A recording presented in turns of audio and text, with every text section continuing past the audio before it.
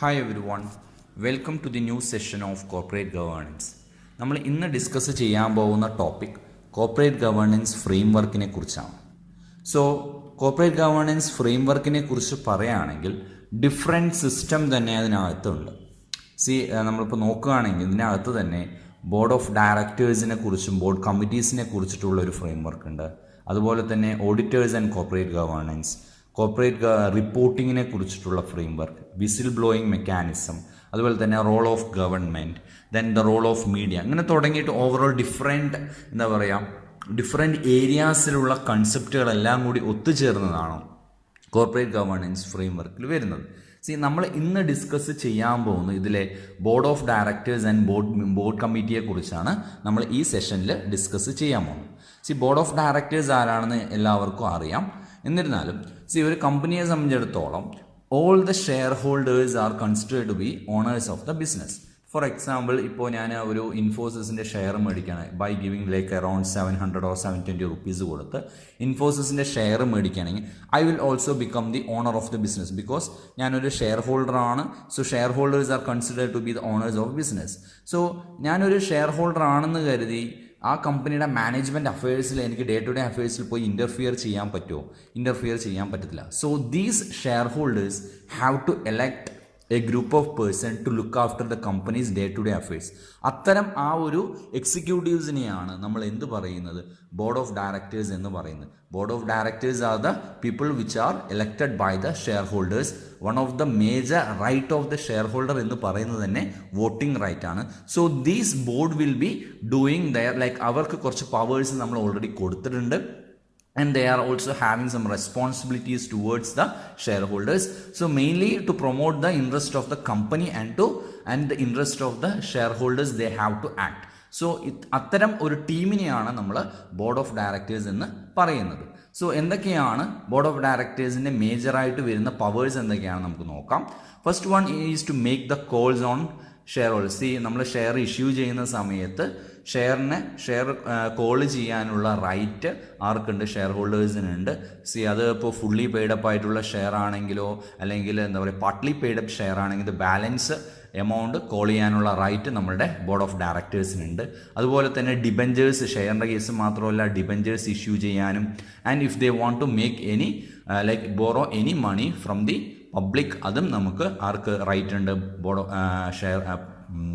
Board of ഡയറക്ടേഴ്സിന് അതിന് right ഉണ്ട്. അതുപോലെ തന്നെ ഇത് ഫണ്ട് കളക്ട് ചെയ്യാനുള്ള റൈറ്റാണ്. അതുപോലെ തന്നെ ഈ ഫണ്ട് കിട്ടിക്കഴിഞ്ഞാൽ ഇത് ഇൻവെസ്റ്റ് ചെയ്യാൻ ഉള്ള റൈറ്റും ആർക്കുണ്ട്? Board of ഡയറക്ടേഴ്സിനുണ്ട്.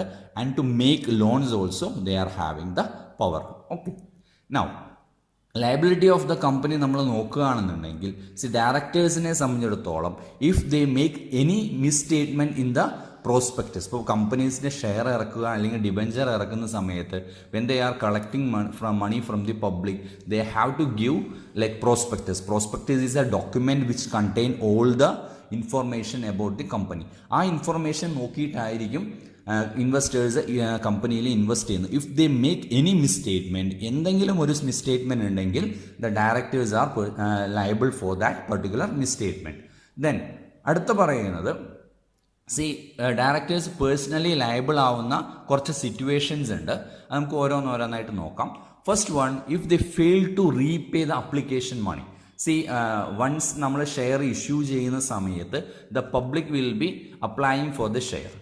Suppose for example if a company is permitted to issue 5,000 crores collect ചെയ്യാനുള്ള റൈറ്റ് കിട്ടുകയാണെന്നുണ്ടെങ്കിൽ പബ്ലിക് ഇതിനു വേണ്ടി അപ്ലൈ ചെയ്യുന്നു. Sometimes we will be getting more than that. For example 10,000 crores അല്ലെങ്കിൽ 20,000 crores ഒക്കെ നമുക്ക് കിട്ടാറുണ്ട്. സോ അതൊരു ഓവർ സബ്സ്ക്രിപ്ഷൻ്റെ ഒരു സിറ്റുവേഷനാണ് വരുന്നത്. പക്ഷേ ആക്ച്വലി നമുക്ക് എത്രയാണ് പെർമിഷൻ കിട്ടിയിട്ടുള്ളത് അതിനേക്കാളും കൂടുതൽ കളക്ട് ചെയ്യാനുള്ള റൈറ്റ് ഇല്ല. The balance amount have to be refunded. So അത്തരം റീഫണ്ട് ചെയ്യാൻ if the company or if the director fails to do so they are personally liable. Then അടുത്തൊരു പോയിന്റ് എന്ന് വെച്ചാൽ നമ്മൾ അലോട്ട്മെൻറ്റ് നടത്തേണ്ട രീതി എന്താണ്? അത് നോർമലി ആർട്ടിക്കിൾസ് ഓഫ് അസോസിയേഷൻ ഒരു കമ്പനിയുടെ ആർട്ടിക്കിൾസിൽ സ്പെസിഫൈ ചെയ്ത് എഴുതിയിട്ടുണ്ടാവും. നോർമൽ കേസിൽ ഒരു പ്രോറാട്ട ബേസിസിലായിരിക്കും അലോട്ട്മെൻറ്റ് നടക്കാറ്. അത് കറക്റ്റായിട്ട് നടത്താതെ എന്തെങ്കിലും മണിയിൽ വരുന്ന ഒരു മിസ്അപ്രോപ്രിയേഷൻ എന്തെങ്കിലും നടക്കുകയാണെങ്കിലും they will be personally liable. അതുപോലെ തന്നെ if on the failure to repay the application money repay ചെയ്യാതെ തന്നെ, അതുപോലെ തന്നെ if they are dealing with the stock exchange. So for example, stock എക്സ്ചേഞ്ചിൽ ഇതിപ്പോൾ ഇഷ്യൂ ചെയ്യുന്ന IPOയുടെ കേസിലൊക്കെ സ്റ്റോക്ക് എക്സ്ചേഞ്ചിൽ മിനിമം 3 ദിവസത്തിനുള്ളിൽ തന്നെ മിനിമം 2 നാഷണൽ സ്റ്റോക്ക് എക്സ്ചേഞ്ചുകളിൽ ലിസ്റ്റ് ചെയ്യണം എന്നുള്ളൊരു പ്രൊസീജിയർ കൂടിയുണ്ട്. If they fail to do so, അതും ഈ ഇഷ്യൂവിനെ ഒരു സസ്പെൻഷൻ ഉണ്ടാവുന്ന രീതിയിലേക്ക് പോവുകയും ചെയ്യും. അതുമാത്രമല്ല ഡയറക്ടേഴ്സ് പേഴ്സണലി ലയബിൾ ആവുകയും ചെയ്യും. അതുപോലെ തന്നെ കമ്പനീസിൻ്റെ വരുന്ന എന്തെങ്കിലും നെഗോഷ്യബിൾ ഇൻസ്ട്രുമെൻറ്റുമായി ഡീൽ ചെയ്യുന്നത്, if they are dealing with the bill of എക്സ്ചേഞ്ചോ പ്രോമിസറി നോട്ടോ ചെക്കോ തുടങ്ങിയിട്ടുള്ള രീതിയിൽ ഏതെങ്കിലും ഒരു നെഗോഷ്യബിൾ ഇൻസ്ട്രുമെൻറ്റ്സിൽ ഡീൽ ചെയ്യുന്ന സമയത്ത് if the company fail to make any payment on that particular thing, അല്ലെങ്കിൽ എന്തെങ്കിലും ഒരു ഫ്രോഡായിട്ട് ഇപ്പോൾ ചെക്കൊക്കെ ബൗൺസ് ആവുന്ന രീതിയിലേക്ക് വരുന്ന സമയത്ത്, അങ്ങനെ എന്തെങ്കിലും പ്രശ്നങ്ങൾ വരുമ്പോഴും നമ്മളുടെ ഡയറക്ടേഴ്സ് പേഴ്സണലി ലയബിൾ ആണ്. Okay, C normally company, if he is acting as an agent, normal കേസിൽ he is not personally liable. C കമ്പനിയുടെ ഒരു കൺസെപ്റ്റ് തന്നെയുണ്ട്, company is having A corporate identity എന്ന് പറയുന്ന ഒരു സിറ്റുവേഷൻ ഉണ്ട്. Company has it's on existent. C അതുകൊണ്ട് തന്നെ കമ്പനി എപ്പോഴും ഈ ഡയറക്ടേഴ്സ് എപ്പോഴും ദേ will be always behind the wheel. Actually ആ വീലിൻ്റെ കോർപ്പറേറ്റ് വീലിൻ്റെ ബിഹൈൻഡ് ആയിരിക്കും എപ്പോഴും ഡയറക്ടേഴ്സ് ഉണ്ടാവുക. So actually they are safe. കാരണം എപ്പോഴും കേസ് വരുന്ന സമയത്ത് ദേ will B filing, the other parties will be filing case against the company. But sometimes this wheel will be lifted. എന്നിട്ട് ആരാണ് ആക്ച്വലി ഈ ബിഹൈൻഡ് ദ സീൻ ആരാണെന്ന് നോക്കുന്ന സിറ്റുവേഷൻസ് ഒക്കെ ഉണ്ട്. So what are the exceptional cases, ഇത് directors are personally liable ആവുന്ന situations ആണ് നമ്മൾ നോക്കുന്നത്.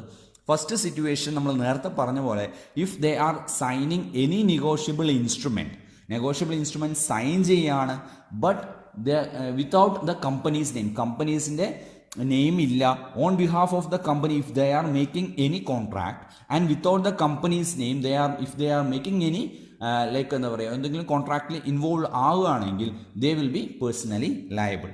ദെൻ അടുത്ത വരുന്ന ഒരു ആക്ട് എന്ന് വെച്ചാൽ അൾട്രാ വയർസ് ആക്ട് ആണ്. If he is entering into any contract which is ultra vires to the articles of the company, ultra vires എന്ന് പറയുന്നത് ബിയോണ്ട് ദ പവർ, അതായത് കമ്പനിയിൽ എന്താണോ പറഞ്ഞിട്ടുള്ളത് അതല്ലാതെ അതിൻ്റെ മീതെ ചെയ്യുന്ന കാര്യങ്ങളൊന്നും കമ്പനി പേഴ്സണലി ലയബിൾ ആവുന്ന സിറ്റുവേഷൻ വരുന്നില്ല. മൂന്നാമത്തെ കേസ് എന്ന് പറയുന്നത് if he is making any fraud or ടോട്ട് ടു മേക്ക് അതർ പാർട്ടി എന്താ പറയുക ഒരു ഇഞ്ചുറി ക്രിയേറ്റ് ചെയ്യണം, അല്ലെങ്കിൽ ഒരു ഡാമേജ് ക്രിയേറ്റ് ചെയ്യുന്ന അത്തരം കോൺട്രാക്റ്റ് ആണെങ്കിൽ, ഇപ്പോൾ ഫോർ എക്സാമ്പിൾ ഒരു കോൺട്രാക്ട് ഓഫ് ഏജൻസിയോ contract of service he is entering, actually other party is not having any obligation to do particular thing. So ഇത്തരം സിറ്റുവേഷൻസിനെയാണ് ആക്ച്വലി കമ്പനിയാണ് ഈ കോൺട്രാക്ട് ഓഫ് ഏജൻസിയിൽ ലയബിലിറ്റി ഉള്ളതെങ്കിൽ കൂടി ഇത്തരം സിറ്റുവേഷൻസ് വരുന്ന സമയത്ത് the director will be personally liable. Now കമ്പനീസിൻ്റെ ലയബിലിറ്റി എന്തൊക്കെയാണെന്ന് നമുക്ക് നോക്കാം. First one is about the ultra vires act. Normally എന്തെങ്കിലും ആക്ടിന് വിരോധമായിട്ട് ചെയ്യുന്ന ഒരു സിറ്റുവേഷൻ, അല്ലെങ്കിൽ മെമ്മോറാണ്ടത്തിലോ ആർട്ടിക്കിൾസ് ഓഫ് അസോസിയേഷനിൽ വരുന്ന അതിന് എതിരായിട്ട് ചെയ്യുന്ന ഏതെങ്കിലും ഒരു ആക്ട്, അല്ലെങ്കിൽ ഒരു illegal act. For example, if the director is paying dividend out of ക്യാപിറ്റലിൽ നിന്ന് ഡിവിഡൻഡ് എടുത്ത് കൊടുക്കുക എന്നുള്ള സിറ്റുവേഷൻ വളരെ എന്താ പറയുക ഭയങ്കര ബുദ്ധിമുട്ടുള്ള ഒരു സിറ്റുവേഷൻ. കാരണം the dividend have to be paid out of profit നിന്നാണ് കൊടുക്കുന്നത്, ക്യാപിറ്റലിൽ നിന്നല്ല. അല്ലെങ്കിൽ കമ്പനിയുടെ ഫണ്ട് മിസ്യൂസ് ചെയ്യുന്ന രീതിയിലേക്ക് പോകുന്ന അത്തരം സിറ്റുവേഷൻസ് ഒക്കെ അൾട്രാ വയർസ് ആക്ട് ആയിട്ട് നമുക്ക് പറയാം. ദെൻ നെഗ്ലിജൻസ് എന്ന് പറയുന്നത്, നമ്മളിപ്പോൾ നേരത്തെ പറഞ്ഞു കുറേ പവേഴ്സ് ഉണ്ട്, അതുപോലെ തന്നെ directors will be having lot of duties. So ഈ duties they have to be show with due care and diligence. അത്തരം രീതിയിൽ ചെയ്യാതെ വരുമ്പോൾ company, if the company has suffered some damage, that damage അല്ലെങ്കിൽ അത്തരം പ്രശ്നങ്ങൾക്ക് ആരാണ് റെസ്പോൺസിബിലിറ്റി ഏറ്റെടുക്കേണ്ടത്? ഡയറക്ടേഴ്സ് ആണ് റെസ്പോൺസിബിലിറ്റി ഏറ്റെടുക്കേണ്ടത്. Then third one is about the breach of trust. Because directors is acting as a company's ട്രസ്റ്റിയാണ്. എന്തിനുള്ള ട്രസ്റ്റിയാണ്? Trustee for money and property of the company, അതിൻ്റെ ഒരു ട്രസ്റ്റിയാണ്. So the directors have to use his best interest of the company. എന്താ company നമ്മളുടെ എന്തെങ്കിലും ഒരു material loss due to lack of trust അല്ലെങ്കിൽ ബ്രീച്ച് ഓഫ് ട്രസ്റ്റ് ഉണ്ടെങ്കിൽ അതിനും ആരാണ് റെസ്പോൺസിബിലിറ്റി? കമ്പനീസിൻ്റെ ഡയറക്ടേഴ്സ് തന്നെയാണ് ലയബിൾ ആയിട്ട് വരുന്നത്. ദെൻ അബൌട്ട് ദ മിസ്ഫിസൻസ് എന്ന് പറയുന്നത്, it is the wilful misconduct ആണ്. വിൽഫുൾ മിസ്കണ്ടക്റ്റ് നടത്തുന്ന ഒരു സിറ്റുവേഷനിൽ actually they can file a case in the court of law. Sue ചെയ്യാനുള്ള റൈറ്റ് പോലും ഇത്തരം സിറ്റുവേഷനകത്ത് വരുന്നുണ്ട്. So these are all the directors liability towards the company. Now about the board committee. So board of directorsനെ കുറിച്ചാണ് നമ്മൾ പറഞ്ഞിട്ടുള്ളത്. Now we are going to discuss about the board committee. Board കമ്മിറ്റിയെ കുറിച്ചാണ് നമ്മൾ ഡിസ്കസ് ചെയ്യാൻ പോകുന്നത്. See, ഡയറക്ടേഴ്സിനെ സംബന്ധിച്ചിടത്തോളം ഈ ബോർഡ് ഓഫ് ഡയറക്ടേഴ്സിനെ സംബന്ധിച്ചിടത്തോളം എല്ലാ കാര്യങ്ങളിലും നമ്മൾ തലയിടാൻ ബുദ്ധിമുട്ടാണ്. So actually what they are doing means they are delegating their work to different committees.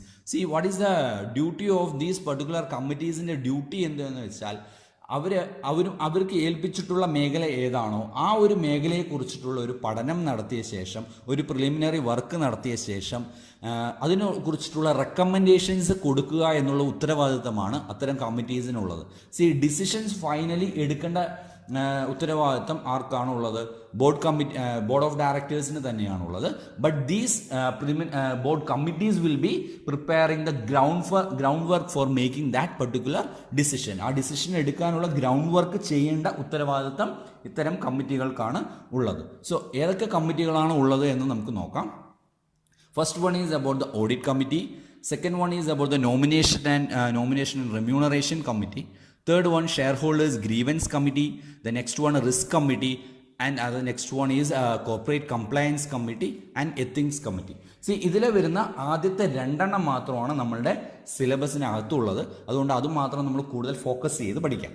Actually നമ്മൾ വേരിയസ് നാഷണൽ ആൻഡ് ഇൻ്റർനാഷണൽ ലെവലിലെ റിപ്പോർട്ടുകൾ പഠിക്കുന്ന സമയത്ത് ഓരോ വ്യക്തികളും എടുത്തു പറഞ്ഞിട്ടുള്ള കമ്മിറ്റീസാണ് ഇതെല്ലാം ഉള്ളത്. സോ അവരുടെ റെക്കമെൻഡേഷൻസ് എല്ലാം പിന്നീട് മാൻഡേറ്ററി ആവുകയാണ്.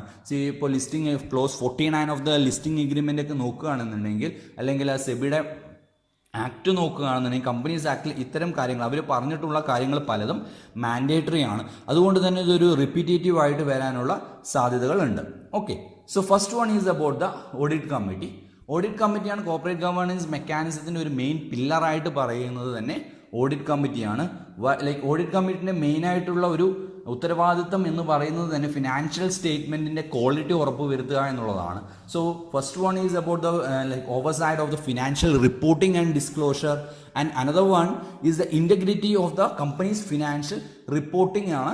റിപ്പോർട്ട് ചെയ്യുന്ന സമയത്ത് ഇതിൻ്റെയൊക്കെ ഇൻറ്റഗ്രിറ്റി ഉറപ്പുവരുത്തേണ്ട ഉത്തരവാദിത്തം ഓഡിറ്റ് കമ്മിറ്റിക്കാണ് ഉള്ളത്. അതുപോലെ തന്നെ ഇൻറ്റേർണൽ കൺട്രോൾ പ്രോസസ് ആൻഡ് പ്രൊസീജിയേഴ്സും റിസ്ക് മാനേജ്മെൻറ്റ് സിസ്റ്റത്തിനെ കുറിച്ചും നോക്കേണ്ട ഉത്തരവാദിത്തം ഓഡിറ്റ് കമ്മിറ്റിക്കാണ് ഉള്ളത്. നൗ ഏതെല്ലാം കമ്പനീസാണ് ഓഡിറ്റ് കമ്മിറ്റി മാൻഡേറ്ററി ആവുന്നതെന്നാണ് നമ്മൾ നോക്കാൻ പോകുന്നത്. Every listed company it is mandatory. എല്ലാ ലിസ്റ്റഡ് കമ്പനീസിനും മാൻഡേറ്ററി ആണ്. അതുപോലെ തന്നെ ലിസ്റ്റ് ചെയ്യാത്ത കമ്പനികളുണ്ട്. But different class of companies which is having following criteria വരുന്ന കമ്പനികൾക്കും ഓഡിറ്റ് കമ്മിറ്റി മാൻഡേറ്ററി ആവുന്നുണ്ട്. അതിൽ ഫസ്റ്റ് വൺ പറയുന്നത് public company which is having A paid up capital of 10 crore rupees. 10 കോടി രൂപയ്ക്ക് മുകളിൽ പെയ്ഡ് അപ്പ് ക്യാപിറ്റലുള്ള എല്ലാ പബ്ലിക് കമ്പനികൾക്കും ഇത് മാൻഡേറ്ററി ആണ്. അതുപോലെ തന്നെ 100 crore rupees above turn over ഉള്ള കമ്പനികൾക്കും പബ്ലിക് കമ്പനികൾക്കും ഇത് മാൻഡേറ്ററി ആണ്. അതുപോലെ തന്നെ ഇപ്പോൾ ലോൺസും ബോറോയിങ്സ് എല്ലാം ടോട്ടലായിട്ട് 50 crores മുകളിൽ വരുന്ന കമ്പനികൾ പബ്ലിക് കമ്പനികൾക്കും ഓഡിറ്റ് കമ്മിറ്റി മാൻഡേറ്ററി ആയിട്ട് നിർബന്ധമായും കമ്പനിയിൽ ഉണ്ടായിരിക്കണം. ദെൻ അടുത്ത about the composition of the audit committee നമ്മൾ നോക്കുകയാണ്. അവരുടെ ഓരോ ഓർഗനൈസേഷൻ്റെയും മെമ്പർഷിപ്പ് എടുത്ത് നോക്കുകയാണെന്നുണ്ടെങ്കിൽ there should be at least minimum 3 directors എങ്കിലും ഉണ്ടായിരിക്കണം. അതിൽ 2/3 എന്തായിരിക്കണം? ഇൻഡിപെൻഡൻറ്റ് ഡയറക്ടേഴ്സ് ആയിരിക്കണം. എല്ലാ മെമ്പേഴ്സും ഫിനാൻഷ്യലി ലിറ്ററേറ്റ് ആയിരിക്കണം. ഈ ചെയർമാൻ ഓഫ് ദ കമ്മിറ്റി എന്ന് പറയുന്നത് ഇൻഡിപെൻഡൻറ്റ് ഡയറക്ടർ ആയിരിക്കണം. ഈ ചെയർമാൻ ഓഫ് ദ കമ്മിറ്റി നമ്മളുടെ ആനുവൽ ജനറൽ മീറ്റിംഗിൽ അറ്റൻഡ് ചെയ്തിട്ടുണ്ടായിരിക്കും in order to give answers for the shareholders questions. Then next പറയുന്നത് about the meeting of the audit committee. Minimum 4 തവണയെങ്കിലും ഒരു വർഷത്തിൽ ഓഡിറ്റ് കമ്മിറ്റി മീറ്റ് ചെയ്തിട്ടുണ്ടായിരിക്കണം. 2 മീറ്റിംഗ് തമ്മിലുള്ള gap 4 മാസത്തിൽ കൂടാനും പാടില്ല. പിന്നെ കോറം പറയുകയാണെങ്കിൽ മിനിമം 2 പേരുണ്ടായിരിക്കണം, അല്ലെങ്കിൽ 1/3 of the audit committee members which ever is higher. ഇപ്പോൾ 9 പേരുള്ള ഒരു കമ്മിറ്റിയാണ്, അല്ലെങ്കിൽ ഒരു 27 പേരുള്ള കമ്മിറ്റി ആണെങ്കിൽ അവിടെ 1/3 എന്ന് പറയുന്നത് എത്രയാണോ, അപ്പോൾ ഒരു 3 പേര് അങ്ങനെ ആവുന്ന ഒരു സിറ്റുവേഷനിൽ 9 പേരൊക്കെ വരുന്ന സിറ്റുവേഷൻ വരാറുണ്ട്. സോ അത്തരം ഏതാണോ, ഇപ്പോൾ 2 ആണോ 9 ആണോ ഏതാണോ കൂടുതൽ, അത്രയും മെമ്പേഴ്സാണ് അവിടെ കോറമായിട്ട് വരേണ്ടത്. കോറത്തിൽ വരുന്ന സമയത്ത് മിനിമം 2 പേരെങ്കിലും എന്തായിരിക്കണം, ഇൻഡിപെൻഡൻറ്റ് ഡയറക്ടേഴ്സ് ആയിരിക്കണം. കോറം എന്ന് വെച്ചാൽ ഒരു തവണ കൂടി പറയാം, പലതവണ പറഞ്ഞതാണ്, എന്നാൽ ഒരു തവണ പറയാം. The minimum number of person required for attending A meeting എന്നാണ് കോറം എന്ന് പറയുന്നത്. ദെൻ മീറ്റിംഗ് നടത്തുന്ന സമയത്ത് ഫിനാൻസ് ഡയറക്ടർ, അതുപോലെ തന്നെ ഇൻറ്റേർണൽ ഓഡിറ്റിൻ്റെ ഹെഡ്, സ്റ്റാറ്റ്യൂട്ടറി ഓഡിറ്ററിൻ്റെ റെപ്രസെൻറ്റേറ്റീവ്സ്, ഇവരെയൊക്കെ ഇൻവൈറ്റ് ചെയ്തിട്ടുണ്ടായിരിക്കണം. സോ മേജറായിട്ട്, കാരണം എന്ന് വെച്ചാൽ ആ സമയത്തായിരിക്കും മീറ്റിംഗ് നടക്കുന്ന സമയത്ത് എസ്പെഷ്യലി നമ്മൾ ഫിനാൻഷ്യൽ സ്റ്റേറ്റ്മെൻ്റ് ഒക്കെ പ്രസൻറ്റ് ചെയ്യുന്നതിന് മുമ്പുള്ള മീറ്റിങ്ങിലൊക്കെ ആണെങ്കിൽ നിർബന്ധമായും ഇവർ വിളിച്ചിട്ടുണ്ടായിരിക്കണം. കാരണം എന്തെങ്കിലും ഡൗട്ടുകൾ ഉണ്ടെങ്കിൽ ക്ലിയർ ചെയ്യാൻ പറ്റുന്ന അവസാനത്തെ അവസരമാണ് ഇത്. Okay, now next one is about the functions of the audit committee. നമ്മളുടെ ഈ ഡയറക്ടേഴ്സിനെ അപ്പോയിൻമെൻറ്റ് നടത്താനുള്ള റെക്കമെൻഡേഷൻസ്, അവരുടെ ഡയറക്ടേഴ്സ് അല്ല, ഓഡിറ്റേഴ്സിനെ സംബന്ധിച്ചിടത്തോളം അവരുടെ അപ്പോയിൻമെൻറ്റ്, അവരുടെ റെമ്യൂണറേഷൻ, അവരുടെ ടേം പീരീഡ്, ഇതിനെക്കുറിച്ചിട്ടുള്ള റെക്കമെൻഡേഷൻസ് എല്ലാം കൊടുക്കേണ്ട ഉത്തരവാദിത്തം ഓഡിറ്റ് കമ്മിറ്റിക്കാണ്. അതുപോലെ തന്നെ ഓഡിറ്റേഴ്സിൻ്റെ ഇൻഡിപെൻഡൻസിനെ സംബന്ധിച്ചിടത്തോളം, അവരുടെ പെർഫോമൻസിനെ സംബന്ധിച്ചിടത്തോളം, ഓഡിറ്റ് പ്രോസസ്സിൻ്റെ എഫക്റ്റീവ്നെസ്സിനെ കുറിച്ചിട്ടുള്ള കാര്യങ്ങളുടെ റെക്കമെൻഡേഷൻസ് കൊടുക്കേണ്ട റെസ്പോൺസിബിലിറ്റിയും ഓഡിറ്റ് കമ്മിറ്റിക്കാണ്. അതുപോലെ തന്നെ financial statement, financial report, audit report എല്ലാം എക്സാമിൻ ചെയ്യാനുള്ള റെസ്പോൺസിബിലിറ്റിയും ഓഡിറ്റ് കമ്മിറ്റിക്കാണ്. Then about the transaction, related party ട്രാൻസാക്ഷൻസിൽ എന്തെങ്കിലും അപ്രൂവൽ വരുത്തണോ അല്ലെങ്കിൽ അതുമായി ബന്ധപ്പെട്ട് വരുന്ന കാര്യങ്ങളും അതിൻ്റെ ഉത്തരവാദിത്വം ഓഡിറ്റ് കമ്മിറ്റിക്കാണ് വരുന്നത്. അതുകൂടാതെ തന്നെ ഇന്റർ കോർപ്പറേറ്റ് ലോൺസും ഇൻവെസ്റ്റ്മെൻറ്റും എന്തെങ്കിലും ഉണ്ടെങ്കിൽ ചിലപ്പോൾ ഇപ്പോൾ നമ്മളുടെ ICICIയിലൊക്കെ സംബന്ധിച്ച പല പ്രശ്നങ്ങളും നമുക്ക് കാണുന്നുണ്ട്. അതുപോലെ തന്നെ ഒരുപാട് കമ്പനികളിൽ ഇപ്പോൾ പ്രശ്നങ്ങൾ നടക്കുന്നുണ്ട് ഇന്റർ കോർപ്പറേറ്റ് ലോൺസ് കാരണം. സോ അതിനെക്കുറിച്ചിട്ടൊന്ന് ക്ലിയർ ആയിട്ടൊന്ന് പഠിക്കേണ്ടതായിട്ട് വരുന്നുണ്ട്. അതിനെക്കുറിച്ചുള്ള റെക്കമെൻഡേഷൻ, ടൈംലി ആയിട്ടുള്ള ഇൻഫർമേഷൻ ബോർഡിനെ ഏൽപ്പിക്കണം. കാരണം അതൊക്കെ മാൾ പ്രാക്ടീസ് നടത്താനുള്ള സാധ്യത കൂടുതലുള്ള മേഖലകളാണ്. Then about the valuation of the asset, അത് വേറൊരു കാര്യമാണ്. കാരണം ഓവർ വാല്യുവേഷനും അണ്ടർ വാല്യുവേഷനൊക്കെ വരാനുള്ള സാധ്യത കൂടുതലാണ്. അക്കൗണ്ട്സ് മാനിപ്പുലേറ്റ് ചെയ്ത് പ്രോഫിറ്റ് കൂടുതലായി കാണിച്ചിട്ട് ഒരുപാട് കമ്പനികൾ നമുക്ക് പറ്റിച്ച ചരിത്രങ്ങളാണുള്ളത്. സോ അതിനെക്കുറിച്ചിട്ടുള്ള റെക്കമെൻഡേഷൻസ് കൊടുക്കേണ്ട റെസ്പോൺസിബിലിറ്റിയും ഓഡിറ്റ് കമ്മിറ്റിക്കാണ് ഉള്ളത്. Then about the internal financial control and risk management system, അത് ഇവാലുവേറ്റ് ചെയ്യേണ്ട റെസ്പോൺസിബിലിറ്റിയും ഓഡിറ്റ് കമ്മിറ്റിയാണ്. കാരണം എത്രത്തോളം റിസ്ക് വരാൻ സാധ്യതയുണ്ട് അതിനെക്കുറിച്ച് കൂടുതലായിട്ട് പഠിക്കുകയും ഫിനാൻഷ്യൽ സിസ്റ്റത്തിനെ കുറിച്ചിട്ടുള്ള കാര്യങ്ങളെക്കുറിച്ച് പഠിക്കുകയും ചെയ്യേണ്ട ഉത്തരവാദിത്വം ഓഡിറ്റ് കമ്മിറ്റിക്കാണ് ഉള്ളത്. Then about the use of fund raised through public offers, ഈ പബ്ലിക് ഓഫേഴ്സിൽ നിന്ന് ഫണ്ട് കളക്ട് ചെയ്തിട്ടുണ്ടെങ്കിൽ അത് എവിടെയെല്ലാമാണ് പ്രോപ്പർലി യൂസ് ചെയ്തിട്ടുണ്ട്, അതുമായി ബന്ധപ്പെട്ട് വരുന്ന കാര്യങ്ങളെക്കുറിച്ച് മോണിറ്റർ ചെയ്യാനും അതിനെക്കുറിച്ചിട്ടുള്ള റെക്കമെൻഡേഷൻസ് കൊടുക്കാനുള്ള റെസ്പോൺസിബിലിറ്റിയും ഓഡിറ്റ് കമ്മിറ്റിക്കാണ് ഉള്ളത്. So this is all about audit കമ്മിറ്റീസിൻ്റെ ഫങ്ഷൻസ് ആണ്. നമ്മൾ ഇനി പവേഴ്സിലേക്ക് പോകുന്ന സമയത്ത് they have the power to investigate any activity within its terms of reference. ഓഡിറ്റുമായി ബന്ധപ്പെട്ട് വരുന്ന പല കാര്യങ്ങളെ കുറിച്ചിട്ടുള്ള ഒരു ഇൻവെസ്റ്റിഗേഷൻ നടത്താനുള്ള ഒരു പവർ ഓഡിറ്റ് കമ്മിറ്റിക്ക് ഉണ്ട്. അത് അടുത്തൊരു സ്ലൈഡ് വരുന്ന സമയത്ത് കുറച്ചുകൂടി കൂടുതലായിട്ട് പറയാം. അതുപോലെ തന്നെ they can collect information from any employer related with this particular transaction അല്ലെങ്കിൽ ആ ഒരു മേഖലയിൽ വരുന്ന കാര്യങ്ങളെ കുറിച്ചിട്ടുള്ള ഇൻഫർമേഷൻ നമുക്ക് ഏത് എംപ്ലോയിയും, ഒരു ഓർഗനൈസേഷനിലെ ഏത് എംപ്ലോയിൽ നിന്നും കളക്ട് ചെയ്യാനുള്ള പവർ ഓഡിറ്റ് കമ്മിറ്റിക്കുണ്ട്. അതുപോലെ തന്നെ ഔട്ട്സൈഡ് പ്രൊഫഷണൽസിൻ്റെ അഡ്വൈസ് എടുക്കാനും അതുപോലെ തന്നെ ലീഗൽ അഡ്വൈസ് എടുക്കാനുള്ള റൈറ്റും നമ്മൾ ഓഡിറ്റ് കമ്മിറ്റിക്ക് ഉണ്ട്. ആക്ച്വലി എക്സ്ട്രാ ആയിട്ട് വരുന്ന പ്രൊഫഷണൽ അഡ്വൈസ് എടുക്കുന്ന എസ്പെഷ്യലി ഫീസൊക്കെ കളക്ട് ചെയ്യുന്ന സമയത്ത് എക്സീഡിങ് ആവുന്ന സമയത്ത് they have to get permission from the board of directors. അതിനുശേഷം മാത്രമേ അത്തരം കാര്യങ്ങളിലേക്ക് ഇറങ്ങാൻ പറ്റത്തുള്ളൂ. ദെൻ എബൌട്ട് ദ ഔട്ട്സൈഡ് എക്സ്പെർട്ടൈസുമായിട്ട് വരുന്ന ഇത് നെസസറി ആവുന്ന സിറ്റുവേഷനിൽ മാത്രമാണ് ഈ ഇത്തരം കാര്യങ്ങൾ ചെയ്യേണ്ടത്. Secure attendance of outsiders with relevant expertise ആണ് പറയുന്നത്.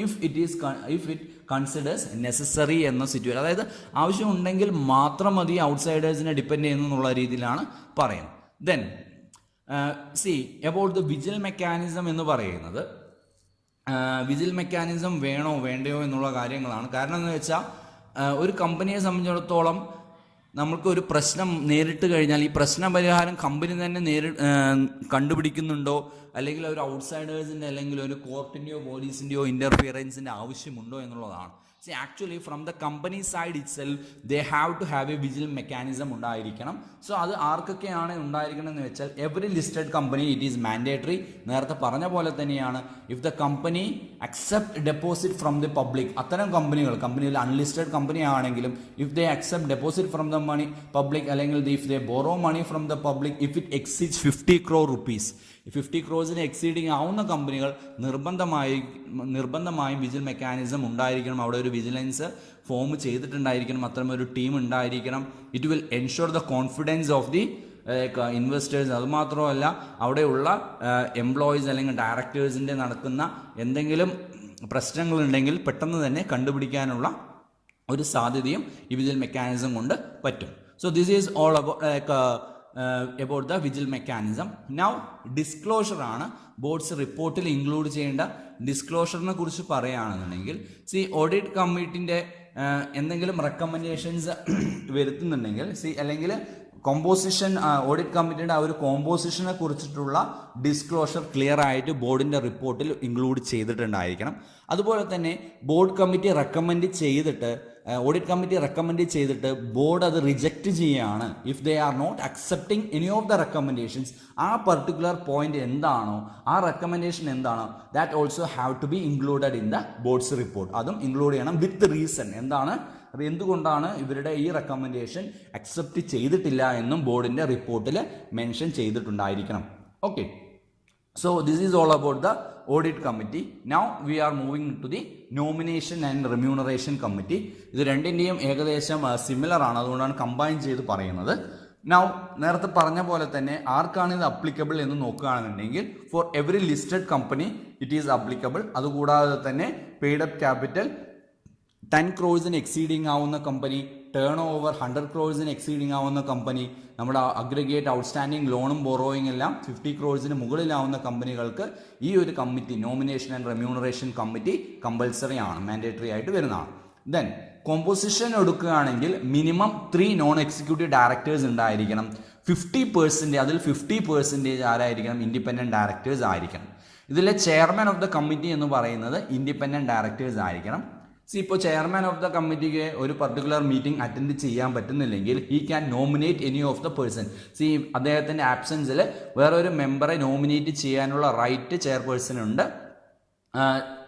പക്ഷേ ആ ഒരു പർട്ടിക്കുലർ പേഴ്സൺ ആരാണോ ആ നോമിനേറ്റ് ചെയ്തിട്ടുള്ള വ്യക്തി he has to attend the general meeting. കാരണം ആനുവൽ ജനറൽ മീറ്റിംഗിൽ ഷെയർ ഹോൾഡേഴ്സിൻ്റെ ക്യൂറീസ് വരുന്ന സമയത്ത് അതിനുള്ള ആൻസർ കൊടുക്കാനുള്ള ഉത്തരവാദിത്വം ഈ പറയുന്ന ചെയർമാൻ ഉണ്ട്. സോ ചെയർമാനും അറ്റൻഡ് ചെയ്തിട്ടുണ്ടായിരിക്കണം, അതുപോലെ തന്നെ നോമിനേറ്റ് ചെയ്തിട്ടുള്ള ആ ഒരു വ്യക്തിയും അറ്റൻഡ് ചെയ്തിട്ടുണ്ടായിരിക്കണം. പക്ഷെ ആർക്കാണ് ആൻസർ പറയേണ്ടത് എന്നുള്ളത് ദേ ക്യാൻ ഡിസൈഡ്. പക്ഷെ രണ്ടുപേരും അവിടെ പ്രസന്റ് ആയിരിക്കണം. Okay, then about the functions പറയുന്ന സമയത്ത് it is the duty of this particular committee to find out the qualification. ഒരു ഡയറക്ടേഴ്സിന് വേണ്ടിയിട്ടുള്ള ക്വാളിഫിക്കേഷൻ അല്ലെങ്കിൽ they have to identify persons who are qualified to become directors ആവാനുള്ള ക്വാളിഫിക്കേഷനുള്ള വ്യക്തികളെ കണ്ടുപിടിക്കുക. Both from internally succession പ്ലാനിങ്ങിൻ്റെയൊക്കെ മെയിനായിട്ട് വരുന്ന അടുത്ത സീനിയർ ലെവലിലേക്ക് ആരൊക്കെയാണ് ഡയറക്ടർ ബോർഡിൽ വരേണ്ടത് എന്നുള്ള റെക്കമെൻഡേഷൻസ് കൊടുക്കേണ്ട ഉത്തരവാദിത്തം നോമിനേഷൻ ആൻഡ് റെമ്യൂണറേഷൻ കമ്മിറ്റിക്കാണ് വരുന്നത്. അതുപോലെ തന്നെ സീനിയർ മാനേജ്മെൻറ്റിൽ ഇത്തരം ക്രൈറ്റീരിയകൾ എങ്ങനെയാണ് അപ്പോയിൻറ്റ് ചെയ്യേണ്ടത്, എങ്ങനെയാണ് റിമൂവ് ചെയ്യേണ്ടത് എന്നുള്ള കാര്യങ്ങളെല്ലാം കൊടുക്കേണ്ട റെസ്പോൺസിബിലിറ്റി നോമിനേഷൻ കമ്മിറ്റിക്കാണ് വരുന്നത്. അതുപോലെ അവരുടെ ക്വാളിഫിക്കേഷൻസ് ഡിസൈഡ് ചെയ്യുക. ഇൻഡിപെൻഡൻറ്റ് ഡയറക്ടർ ആവണം എന്നുണ്ടെങ്കിൽ ആരൊക്കെയാണ് ഇൻഡിപെൻഡൻറ്റ് ഡയറക്ടർ ആവാനുള്ള ക്രൈറ്റീരിയ എന്തൊക്കെയാണ്, അതുപോലെ റെമ്യൂണറേഷൻ റിലേറ്റഡ് ആയിട്ടുള്ള കാര്യങ്ങൾ ഡയറക്ടേഴ്സിനും അതുപോലെ ടോപ്പ് ലെവൽ മാനേജേഴ്സിന് വരുന്ന റെമ്യൂണറേഷൻ എത്രത്തോളം ഉണ്ട്, ആ കാര്യങ്ങളെ കുറിച്ചിട്ടുള്ള റെക്കമെൻഡേഷൻസ് കൊടുക്കേണ്ട റെസ്പോൺസിബിലിറ്റി റെമ്യൂണറേഷൻ കമ്മിറ്റിക്കാണ് വരുന്നത്. ഓക്കെ, സോ ഇതാണ് നമ്മൾ ഇന്ന് ഡിസ്കസ് ചെയ്തിട്ടുള്ളത്. So I hope everyone is clear with the concept. നമ്മൾ ബോർഡ് കമ്മിറ്റിയെ കുറിച്ചും ബോർഡ് ഓഫ് ഡയറക്ടേഴ്സിനെയും ബോർഡ് കമ്മിറ്റിയെ കുറിച്ചാണ് ഈ സെഷനിൽ ഡിസ്കസ് ചെയ്തത്. എന്തെങ്കിലും ഡൗട്ടുകൾ ഉണ്ടെങ്കിൽ കമൻറ്റ് ചെയ്യുക. Thank you for listening.